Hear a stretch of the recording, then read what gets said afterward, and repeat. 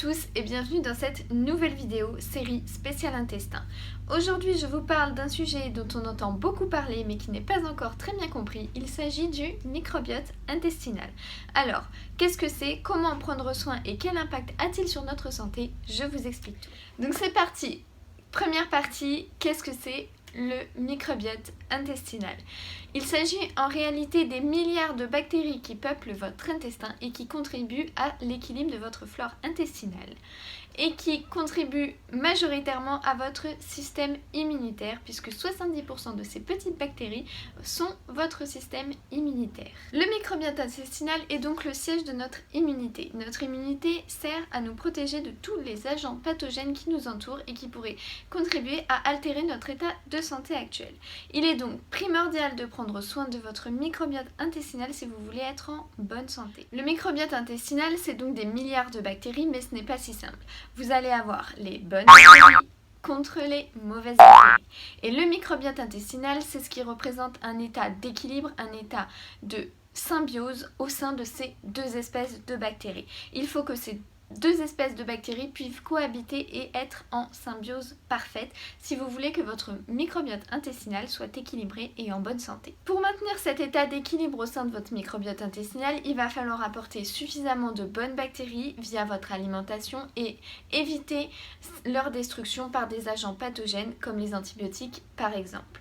Pour contribuer au développement et à la croissance de vos bonnes bactéries, on va avoir l'utilisation des prébiotiques et des probiotiques qui va être indispensable.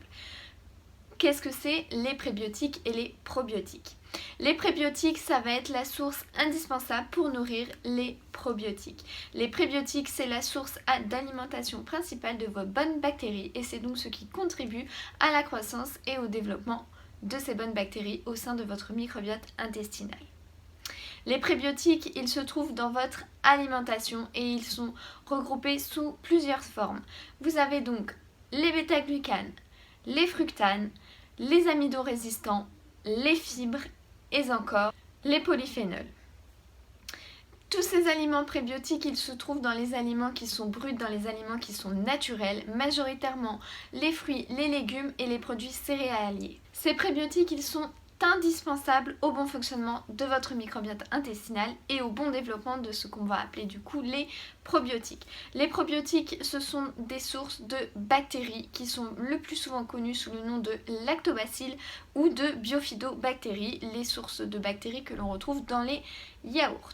Les probiotiques seront également vendus dans les pharmacies ou dans des magasins bio afin de rééquilibrer votre flore intestinale quand celle-ci est trop déséquilibrée ou bien en prévention par exemple lorsque justement, comme je vous disais tout à l'heure, on est amené à prendre des antibiotiques. Justement, passons au point numéro 2. Que se passe-t-il si notre microbiote est déséquilibré et va mal? Je vous ai fait une vidéo la semaine dernière sur les ballonnements. Eh bien, c'est une principale des causes d'un microbiote déséquilibré et de ce qu'on appelle la dysbiose intestinale. La dysbiose intestinale, c'est simplement le terme pour représenter que cet état d'équilibre, donc de symbiose de votre intestin entre les bonnes et les mauvaises bactéries, n'a plus lieu et du coup, votre intestin est déséquilibré, va être amené à laisser passer davantage de toxines à travers sa barrière puisque celle-ci sera altérée. Donc un intestin déséquilibré, c'est un intestin qui va avoir une barrière perméable et qui va laisser passer la majorité des aliments que vous allez manger et du coup qui laissera passer à travers sa barrière les toxines alimentaires. Ceci pouvant donc conduire à ce que j'appelle la spirale dysbiosique que je vous mets juste ici et qui va être résultante d'une grande majorité de symptômes affectant votre état de santé global et général. Une dysbiose intestinale va aussi majoritairement mener à des intolérances alimentaires puisque les aliments que vous ingérez passent dans votre sang et votre organisme est donc amené justement par le système immunitaire à réagir avec des anticorps et faire une réaction inflammatoire. Donc comment reconnaître si on souffre de dysbiose intestinale, et c'est majoritairement votre problème et le problème de la société actuelle. Une grande majorité de la population souffre de cette dysbiose intestinale de par nos modes de vie bien trop sédentaires, bien trop industrialisés et bien trop soumis au stress, et nous ne nous en rendons pas compte puisque nous sommes malades au quotidien. Les principaux symptômes seront donc des ballonnements et des perturbations de votre transit intestinal alternant la diarrhée et la constipation. Vous aurez également l'impression d'une inflammation chronique généralisée pouvant atteindre votre système urinaire, donc avoir des sensations de cystite ou bien des douleurs articulaires et musculaires chroniques, une fatigue intense notamment après les repas.